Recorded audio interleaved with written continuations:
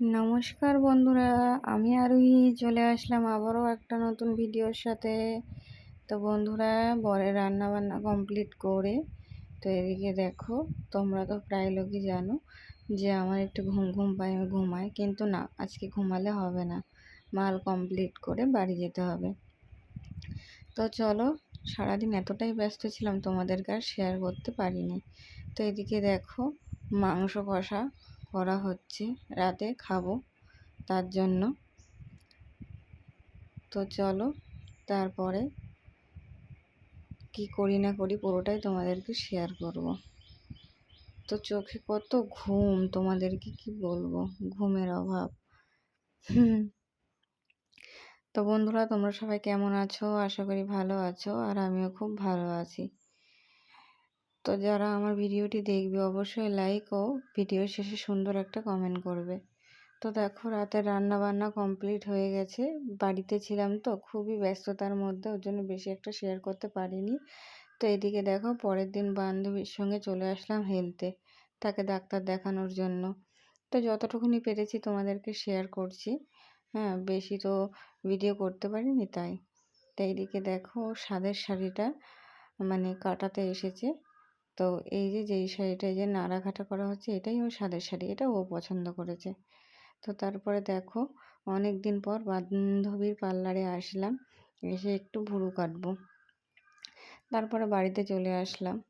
ঠিক আছে, বাড়িতে চলে এসে মানে দিদির ছেলে, আমি, বান্ধবী, মা, চারজনে মিলে সবাই লুডো খেলছিলাম, বেশ মজা করছিলাম। তাই ছক্কাটা সত্যি খুব ছোট হয়ে গেছে, একটু বড় হলে বেশ ভালো হতো। আমার তো সবার লাস্টেই 6 পড়েছে। তো এইভাবে একটু খেলাধুলা করলাম, খাওয়া দাওয়া করলাম। তারপরে দেখো, বান্ধবীর সাথে তো আমি যেতে পারলাম না, তাই তার জন্য একটা ছোট্ট একটা উপহার তাকে গিফট করলাম আমার তরফ থেকে, নাইটি। তো নাইটিটি কেমন হয়েছে অবশ্যই কমেন্টে জানাবে, তোমরা জানাতে ভুলবে না। আর সত্যি কথা বলতে, এই বাড়িতে আসবো বলে আমার ওপর দিয়ে যে কী চাপ গেছে, একমাত্র আমি ও ভগবান জানে। সংসারের কাজ, তারপরে হচ্ছে একটু সেলাই করা, হ্যাঁ, আর্জেন্ট মাল ছিল সেগুলো তুলে তারপরে আসতে হয়েছে। একটু বাপের বাড়িতে আসবো সেটাও শান্তি নেই, হাজারো কাজ সব কিছু সেরে তারপরে আসতে হয়েছে। তো ঘুমের তো শেষ নেই, খুব ঘুম ঘুম পাচ্ছে, সারাদিন খুব ক্লান্ত গেছে শরীরে। কিন্তু ঘুমাবো বললে তো ঘুমানো যাবে না, অনেক কাজই বাকি আছে। তো অনেক দিন পর তোমাদের সামনে ভিডিও নিয়ে আসলাম বন্ধুরা।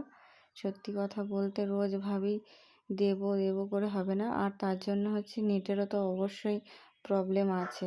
তো তাই ভাবলাম যে চলো ছোট্ট একটা ব্লগ তোমাদেরকে শেয়ার করা যায়।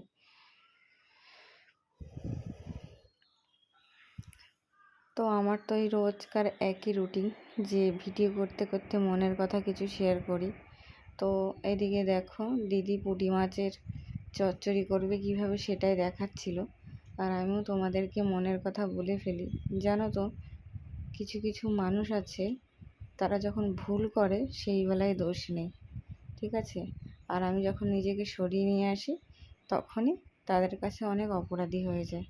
তা আমি বলবো, আগে নিজের ভুলটা শুধরাও, তারপরে গিয়ে আমার নামে বলতে এসো। তো এদিকে চলো, বেশি দিন আর থাকতে পারলাম না, ওইদিকে বাড়িতেও কাজ আছে, তার জন্য বাড়ির দিকে রওনা হচ্ছি। তো এসেছিলাম 2 দিনের জন্য, 2 দিন থাকলাম, তো 2 দিনটা বেশ তাড়াতাড়ি কেটে গেল। তো এবার বাড়ির দিকে রওনা হচ্ছি। বাড়িতে গিয়েও প্রচণ্ড পরিমাণে কাজ আছে, তো কাজের তো শেষ নেই। আর কি গরম বাইরে। তো দেখো, এদিকে ম্যাজিকে উঠে পড়েছি, কি ঘুম পাচ্ছে, এই ম্যাজিকে হাওয়া পেলে না ভীষণ পরিমাণে ঘুম পায়। আর জানো তো, আমি ওই বাড়িতে গিয়ে একটা সবথেকে বড় মূল্যবান কাজ আমি করতে পেরেছি। সেই কাজটা করতে পেরে আমি নিজেকে একটু হলেও শান্তি দিতে পেরেছি। আর এদিকে দেখো, অবশেষে বাড়িতে আসলাম। বাড়িতে এসে কাজের তো শেষ নেই। হ্যাঁ, যাওয়ার সময় ঘরটাকে প্রচণ্ড পরিমাণে এলোমেলো করে গেছিলাম। তারপরে আমার আগে ও আসলো, ও এসে কিছুটা হেল্প করলো। তারপরে আমিও স্নান টান করে, বাড়ির থেকে স্নান করে এসেছিলাম, কিন্তু তবুও এত রৌদ্রের মধ্যে এসেও কাজ শুরু করে দিলাম। শরীর আর চলছে না, মনে হচ্ছে একটু রেস্ট নিলে ভালো হয়, কিন্তু ওই যে আগে ঘর গোছাও তারপরে গিয়ে যত রেস্ট, কিন্তু ও যদি বাড়িতে না থাকতো আগে রেস্ট নিতাম। আমি এরকমই, আগে রেস্ট নিই, তারপরে হচ্ছে সমস্ত কাজ করি। তো এটা হয় আর কি। প্রতিদিন ভাবে ভিডিও ছাড়বো বলে এখন ছাড়তে পারি না। এখন সংসারের কাজে এতটাই সময় দিতে হচ্ছে যে ভিডিও আর তোমাদের সামনে দিতে পারছি না। আর আমার সবথেকে বড় সমস্যা হচ্ছে নেটের। নেটের এমন সমস্যা, তোমাদেরকে কি বলবো, টাকার পর টাকা ঢালা হয় কিন্তু তবুও সেই পরিমাণে নেট দেয় না। তো এখন কি সম্ভব বলো যে প্রতি মাসে 3-4 মাসের ব্যালেন্স একেবারে ভরা? সম্ভব না। যদি হতো তাহলে অবশ্যই করতাম। তো চলো এইভাবেই টুকটাক করে চলতে হবে। তোমরা আমাকে কেউ ভুল বুঝো না যে আমি ভুলে গেছি। একদমই তোমাদেরকে ভুলে যাইনি আমি। তোমাদেরকে ভুলে যাব কোথায়?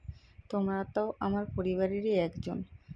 একমাত্র তোমরাই তো সেই মানুষ যাদেরকে মনের কথা বলে আমি শান্তি পাই বা নতুন করে বাঁচার আলো পাই।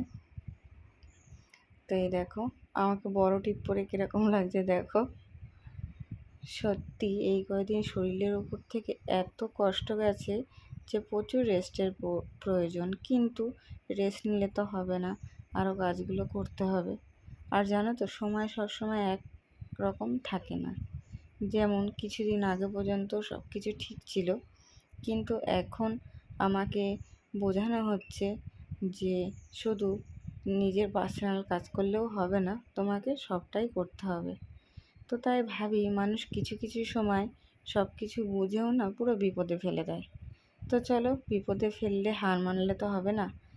আমরা মেয়ে মানুষ, সব কিছুই আমাদেরকে নিয়ে চলতে হবে। তো হাজারো কষ্ট হলেও সেইগুলোকে মানিয়ে নিয়ে চলতে হয়। কিন্তু যখন একদমই পারি না তখন না মুখটা খুলতে হয়। কারণ মানুষ নরম জায়গায় বেশি করে ঘা দেয়, আর ওই ঘা দেয় বলে তখন গিয়ে সৃষ্টি হয় অশান্তি। তো আমি মনে করি যে সবসময় চুপ থাকলে হয় না, মাঝে মধ্যে নিজেকেও ফস করে উঠতে হয়। নয় আশেপাশের মানুষগুলো নরম ভেবে যে কখন তোমাকে মোমের মতন গলিয়ে দেবে তার ঠিক নেই।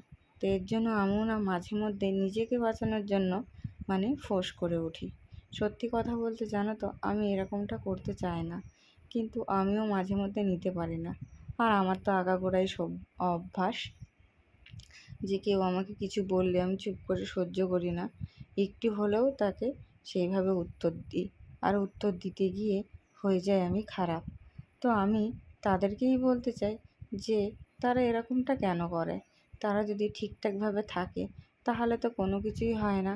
ভালো মুখে না অনেক কাজই করে নেওয়া যায়, কিন্তু এরা বোঝে না। ওই যে স্বভাব, আগেকার মানুষ না, এদের খ্যাক খ্যাক না করলে দিনটাও শুরু হয় না, রাতটাও শেষ হয় না। তো তাই ভাবি এইসব মানুষগুলো কবে পরিবর্তন হবে? হয়তো আর পরিবর্তন হবে না। তাই এই সব কিছু কিছু মানুষের জন্য সংসারে যত অশান্তি ঝামেলা হয়। তো এইসব মানুষগুলো যদি চুপচাপ থাকে তাহলে সংসারে সব কিছুই ভালো থাকে। তারা মনে করে তারা নিজেরাই একা সংসারিক, কিন্তু আদৌ না। আজকে যদি তারা সাংসারিক হতো তাহলে পরের মেয়েকেও নিজের মেয়ে মনে করতো, কিন্তু এরা সেটা করে না। তো সেখানে আর কি বলা যাবে বলো? তাকে তো আর পরিবর্তন করা যাবে না। এই নিয়েই লড়াই করে বাঁচতে হবে, এটাই তো মেয়েদের জীবন। আর মেয়েদের জীবনে এটাই সব থেকে বড় প্রবলেম। তো আশা করি তোমরা যারা আমার কথা বুঝতে পারছো, অবশ্যই বুঝতে পারছো আমি কাকে মিন করে বলতে চাইছি। কিছু কিছু সময় না খুলেও বলা যায় না, একটু বুঝে নিতে হয়। তো চলো ভিডিওটা আজকে এখানেই শেষ করলাম। কেমন লাগলো অবশ্যই কমেন্টে জানাবে। ধন্যবাদ।